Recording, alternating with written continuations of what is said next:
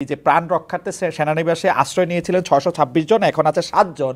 ISPR এরকম একটা বক্তব্য ছিল। এই ৬২৬ জন এখন কোথায়, এটা সরকার জানে কিনা? আমাদের এই প্রশ্নটা আছে এই কারণে যে আসলে আপনারা পিক এন্ড চুজ করছেন কিনা, মানে কি কারণে জুনায়েদ আহমেদ পলককে জেলে যেতে হলো এবং হাসান মাহমুদ হচ্ছে এখন বেলজিয়ামে আছেন, মানে দুইজন একসাথেই আটকা পড়েছিলেন বা আটকা আছেন এরকম কথা আমরা শুনেছিলাম, দেখে এই দুজনের নাম বললাম। কি কারণে যারা বাইরে যেতে পেরেছেন তারা কি কারণে যেতে পেরেছেন, যারা যেতে পারেন না তারা কি কারণে যেতে পারেন না? এটা কারণটা কি আসলে? এটা কারণ হচ্ছে যে ওই ইয়ের সাথে বড় একটা, আপনি জানেন এই স্বৈরাচারের একটা বড় একটা ইনফ্রাস্ট্রাকচার সে রেখে গেছে। তাকে যে স্বৈরাচার বানাইছে তারা কারা? পুলিশের লোক, সিভিল ব্যুরোক্রেসির লোক, অনেকে তাকে বুড়ে, এবং তারা তার দিকে হেল্প করেছে। আমরা এসে যখন নিলাম ৮ তারিখের পরে, আমাদের সর্বোচ্চ চেষ্টা ছিল কে কোথায় আছে, কাকে কিভাবে অ্যারেস্ট করা যায় সেটার জন্য। তো সেই ক্ষেত্রে যেটা হয়েছে যে আমাদের পুলিশকেও তো গুছানো হয়েছে। আপনার পুলিশের টপ লিডারশিপে কেউই অলমোস্ট ছিল না। তো আমি তো ওই কমান্ড স্ট্রাকচারটা প্রিপেয়ার করে যত দ্রুত আমার এগোনো যায় আমরা সেই কাজটা আমরা করেছি, এবং সেই অনুযায়ী অনেককেই অ্যারেস্ট করা হচ্ছে। তার মধ্যে ২-১ জন চলে গেছেন।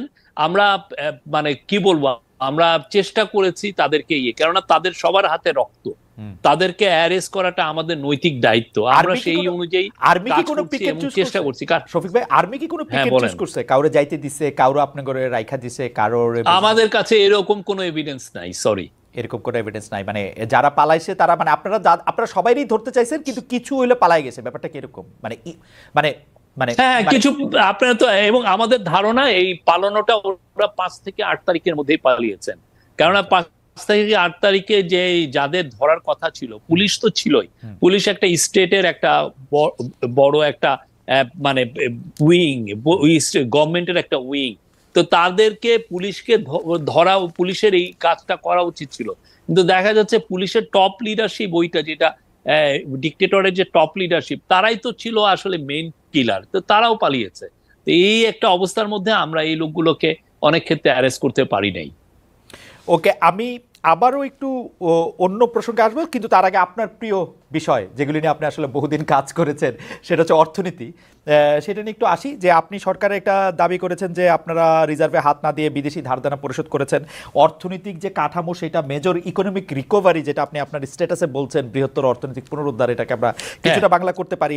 তো সেইটা কি আসলে, মানে সেটা আসলে কতটা ঠিক? মানে আমি কেন এই কথা বলতেছি, আমি সেপ্টেম্বরের ৫ তারিখে বাংলাদেশ ব্যাংকের গভর্নরের কাছে জানতে চেয়েছিলাম যে আপনাদের কাছে এখন আসলে রিজার্ভ কত। তো উনি বলেছিলেন যে তার কাছে রিজার্ভ হচ্ছে $20 বিলিয়ন। তো সেই $20 বিলিয়ন থেকে আপনি এখন, যদি আমরা ১২ নভেম্বর যে বিডি নিউজের যে প্রতিবেদন আমরা দেখি যে আকুর দেনা পরিশোধের পর $18.19 বিলিয়ন রিজার্ভ এসছে। ৮৭ দিনে রিজার্ভ কমেছে $2.29 বিলিয়ন, যেটা সেপ্টেম্বরের ৫ থেকে আরেকটু সেটা ছিল। তো রিজার্ভে হাত না দিয়ে সেটা কমলো কিভাবে, সেটা একটা প্রশ্ন। আর আওয়ামী লীগের আমলে একদম ধ্বংস হয়ে গেছে অর্থনীতি, যেই গল্পটা আমরা শুনেছিলাম, সেটা $20 বিলিয়ন থাকলে সেটা ঠিক কিনা, সেটাও যদি একটু বলতেন। না, আওয়ামী লীগের আমলে ধ্বংস কি হয়েছে কি হয় না, এটা নিয়ে আমার মনে হয় মানে রিপোর্ট হয়েছে। কি হয়েছে এটা পুরো বাংলাদেশের মানুষ জানে। আমি এটা না, আমরা যেটাকে ইনহেরিট করেছি এটা খুবই একটা ভঙ্গুর ইকোনমি। ওরা টাকা ছাপে, মানে ওরা মানুষজনকে হ্যাপি করতে যে টাকা ছাপিয়েছিল 60,000 কোটি টাকা।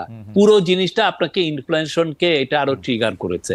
আমরা এসে যেই ইয়ে পেয়েছি সেটা দেখা যাচ্ছে যে রিজার্ভ ইজ ডিপ্লিটিং। আর আমাদের যেটা হয়েছে যে আমাদের এসেই আপনি ম্যাসিভ আকারে, আমার আজকে কাতার গ্যাস বলতেছে যে আমার $1 বিলিয়ন দিতে হবে, কালকে আদানি বলতেছে যে আমার 900 বিলিয়ন, তারা 900 মিলিয়ন ডলারের ঋণ রেখে গেছে। তারা $1 বিলিয়ন কাতার গ্যাসের ঋণ রেখে, এইটা তো আমার না পরিশোধ করতে হচ্ছে। এবং এটা এমন না স্টেট টু স্টেট না, এটা হচ্ছে যে আপনার একটা প্রাইভেট কোম্পানি, তাকে আপনার টাকাটা দিতে হবে। তো এই পুরো জিনিসটা তো আমরা দিয়েছি। আমাদের $2.5 বিলিয়ন একটা ইন্টারন্যাশনাল পেমেন্টের একটা অব্লিগেশন ছিল, সেখান থেকে আমরা $1.8 বিলিয়ন দিয়েছি রিজার্ভকে টাচ না করে। আর রিজার্ভে যে টাচের যেটা হচ্ছে না আকু পেমেন্ট, সেটা একটা ন্যাচারাল, প্রতি ৩ মাস অন্তর বা প্রতি ২ মাস বা ৩ মাস অন্তর অন্তর এটা দিতে হয়। আর ইকোনমির অবস্থা যদি দেখেন আপনি, এই সেপ্টেম্বরের দেখেন আমাদের প্রায় 7%, মানে 7% একটু কম আমার এক্সপোর্টের গ্রোথ। এবং অক্টোবরে এসে আমাদের গ্রোথ ছিল 21%-এর একটু নিচে। তো এটা তো আমি বলবো যে ম্যাসিভ, মানে আমাদের ইকোনমির মূল যেটা দুইটা স্তম্ভ, একটা হচ্ছে রেমিটেন্স আর একটা হচ্ছে এক্সপোর্ট, দুইটাই খুবই ভাইব্রেন্ট আমরা দেখছি। আর আরেকটা জিনিস যেটা আমরা এসে সাথে সাথে করেছি, অপ্রয়োজনীয় যেগুলো যেগুলো জায়গায় ব্যয় ছিল, আপনি আজকে যদি ডেলি প্রথম আলো দেখেন, সেখানে ফয়জুল কবির খান এই ব্যাপারে খুব বিস্তৃত লিখেছে। আমরা কোটি কোটি টাকার অপ্রয়োজন আমরা এগুলো সব বন্ধ করে দিয়েছি, যাতে আমাদের টোটাল রিসোর্সটা মোবিলাইজ করে আমরা কাজগুলো করতে পারি। আর আজকে আপনি ব্যাংকিং সেক্টরে দেখেন, ব্যাংকিং সেক্টর ইজ ভাইব্রেন্ট। অবশ্যই 2, 3, 4, 5, 6টা খুবই সিক টাইপের ব্যাংক আছে, বাট সত্যিকার অর্থে কি এটা হচ্ছে লেগাসি, এই ওদের আমলে এটা হয়েছে। আর প্রতি ইকোনমিতে 1-2টা ব্যাংক কিভাবে মারা যায়, এটা এমন কিছু না। ওভারঅল ব্যাংকিং সেক্টরের health is vibrant, I would say robust. আমি দুইটা প্রশ্ন আপনাকে করে রাখি, কারণ হচ্ছে এখন থেকে মানে আরো 6 মাস পরে হয়তো আপনার সাথে যদি কথা বলার কোনো সুযোগ পাই, তাহলে আপনাকে এটা আমি আবার জানতে চাইবো যে আপনি বলছেন যে শুধু ব্যাংকিং সেক্টরে অল্প 2-1টা হিকাপ ছাড়া অর্থনীতিকে আপনারা পুনরুদ্ধার করেছেন এবং অর্থনীতি এখন তার নিজের গতিতে চলছে। আমি প্রশ্নটি করে রাখতে চাই যে এই ব্যবসা বাণিজ্যের বিনিয়োগ এবং রপ্তানি বাণিজ্যের যে জায়গাতে ধাক্কা খেয়েছিল গত সরকারের সময়, সেটি পুনরুদ্ধার করে এই 6 মাসে আসলে কতটুক কি হয় এবং কতটা আসলে আমরা বিনিয়োগ আকৃষ্ট করে রপ্তানিটাও ঠিক রাখতে পারি, মানে অর্থনীতির যে সূচকগুলি সেগুলি কি থাকে সেটি নিশ্চয়ই আমরা একটু দেখে নিব। আপনার কাছে মনে হচ্ছে যে এই বছর অর্থনীতির সূচক তার আগের মতো ধারায় থাকবে না, এটি আবার ইতিবাচক ধারায় ফিরবে, তাই তো? না, আমি কোয়াইট কনফিডেন্ট এটা আরো ইতিবাচক ধারায় থাকবে। এবং আপনি একটা খুব ভালো জিনিস সবাই যেটা প্রেস করেছে, যে প্রফেসর ইউনূস একটা ভালো ইকোনমিক টিম উনি অ্যাসেম্বল করেছেন। আপনি জানেন আহসান মনসুর, যিনি সেন্ট্রাল ব্যাংকের গভর্নর, উনি IMF এ অনেক বছর ছিলেন, IMF এর পুরো মিডল ইস্টটা উনি দেখতেন। তারপরে সালেউদ্দিন আহমেদ, যিনি আমাদের ফিনান্স অ্যাডভাইজার, উনি খুব রেসপেক্টেড একজন সেন্ট্রাল ব্যাংকার, তার একদম পুরো বাংলাদেশের ব্যুরোক্রেসি জানেন, আবার উনি এট দ্য সেম টাইম উনি সেন্ট্রাল ব্যাংকিংটাও জানেন। আর লুৎফে সিদ্দিকী, আপনি জানেন LSE তে উনি বোর্ড অফ গভর্নরে ছিলেন, NUS এ পড়িয়েছেন, সে বড় ইনভেস্টমেন্ট ব্যাংকের খুব বড় বড় ইনভেস্টমেন্টে কাজ করেছেন।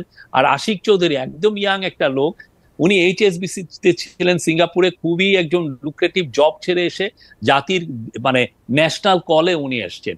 আমি মনে করি এটা ফ্যান্টাস্টিক টিম। আশিক চৌধুরী 1 মাসে 200টার বেশি CEO এর সাথে কথা বলেছেন এবং আমরা কোয়াইট কনফিডেন্ট যে এই ইকোনমি ঘুরে তো দাঁড়িয়েছে, সামনে আরো দেখবেন যে আমাদের এইটা আরো আগামী কিছু কিছু লোকালাইজ গার্মেন্ট আনরেস্ট হচ্ছে, বাট এটা মূল কারণ হচ্ছে এই যে যারা যারা গার্মেন্টস ফ্যাক্টরি ওনার ছিলেন, এই লোকগুলো অনেকে পালিয়ে গেছে, যারা আওয়ামী লীগের সাথে লিঙ্ক। আমি নিশ্চয়ই আশা করব, কিন্তু আইভি লিগে পড়া, খুব ভালো কর্পোরেটে ভালো করা, রাষ্ট্রে ভালো করবেন, এই ফর্মুলাটা আসলে কতটা ঠিক সেটা আমি দেখতেও চাই। কাজে এই ঘটনাটি আসলে সবাই আলোচিত হয়ে, মানে সবাই আলোচনা করছে, অনেকে আলোচনা করছে, কেউ কেউ আলোচনা করছে, আপনারা করছেন কিনা জানি না। সেটা হচ্ছে কিশোরগঞ্জের করিমগঞ্জে হৃদয় রবি দাসের নামের এক তরুণকে, আমি ডয়েচে ভেলের খবর পড়ছি, ডয়েচে ভেলে বাংলার খবর, কিশোরগঞ্জের করিমগঞ্জে হৃদয় রবি দাস নামে এক তরুণকে প্রথমে আটক করে পেটানো হয় বলে অভিযোগ, তারপর নিয়ে যাওয়া হয় সেনাবাহিনীর ক্যাম্পে, সেখান থেকে শুক্রবার দিবাগত গভীর রাতে হাসপাতালে নেয়ার পর তার মৃত্যু হয়। সোমবার বিকাল পর্যন্ত থানায় কোনো মামলা হয় নাই। আপনি এটাতে আরেকটু কিছু বলবেন কিনা? হৃদয় রবি দাসকে আমরা শুনেছি আমাদের যে কোনো এক্সট্রা জুডিশিয়াল কিলিং কে আমরা কন্ডেম করি, আমরা যে কোনো এক্সট্রা জুডিশিয়াল কিলিং কে আমরা ইনভেস্টিগেট করছি, আমরা আমাদের কোনো হাইড অ্যান্ড সিকের কোনো এজেন্ডা নাই, আমরা এগুলো পুরো জিনিসগুলো ইনভেস্টিগেট হবে। আপনাকে এইটুকু অন্তত বলতে পারি। ইনভেস্টিগেট হবে কেমন জানি, মানে শফিক ভাই আপনি তো ওই পারে ছিলেন, মানে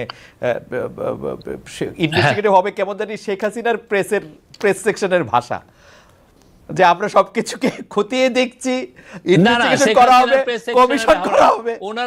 ওনারা অনেক এই কথা বলতে কিন্তু করেন নাই, তা ওনারা 3000 ওনাদের পুরো আমলে 3000 এক্সট্রা জুডিশিয়াল কিলিং হয়েছে, 3500 লোক গুম হয়েছে। তারপরে কত লোককে উনি একদম এই যে এই ইয়েতেই দেখেন না, 1500 মতো ছেলে মেরে তারা খুন করেছে। তা আমাদের সাথে এটা তুলনা করতে এসেন না, আমরা প্রত্যেকটা জিনিস আমরা ইনভেস্টিগেট করছি, প্রত্যেক আমাদের এখানে কোনো ইয়ে নেই, কারণ আমরা এখানে আসি নাই কোনো পলিটিক্যাল এজেন্ডা আমাদের নাই, আমরা পলিটিক্যাল পার্টির ইয়ে না, আমরা আসছি ন্যাশনাল রিবিল্ডিং এর তাগিদে। আমরা আসছি বিকজ আমাদের পুরো ওয়ালগুলোতে রাষ্ট্র নির্মাণ করতে হবে, এই বাণীগুলো এই লেখাগুলো খুব সুস্পষ্টভাবে আমাদের ছেলেমেয়েরা লিখে দিয়েছে। Okay. সেই তাগিদে আমাদের এখানে আসা। পলিটিক্যাল এজেন্ডা নাই সেটা বলছেন, কিন্তু আপনার অন্তর্বর্তী সরকারের 100 দিন পূর্তির পর যে ডক্টর মোহাম্মদ ইউনূস অন্তর্বর্তী সরকারের প্রধান উপদেষ্টা ভাষণে নির্বাচনে কোনো রূপরেখা না থাকায় বিএনপির মহাসচিব মির্জা ফখরুল ইসলাম আলমগীর স্পষ্ট হতাশা জানিয়েছেন। তিনি বলেছেন নির্বাচিত সরকার কেন দরকার তার যৌক্তিকতা তুলে ধরতে গিয়ে মির্জা ফখরুল বারবার বলেছেন নির্বাচিত সরকারের পেছনে জনগণের সমর্থন থাকবে, এই বিষয়টা অবশ্যই চিন্তা করতে হবে।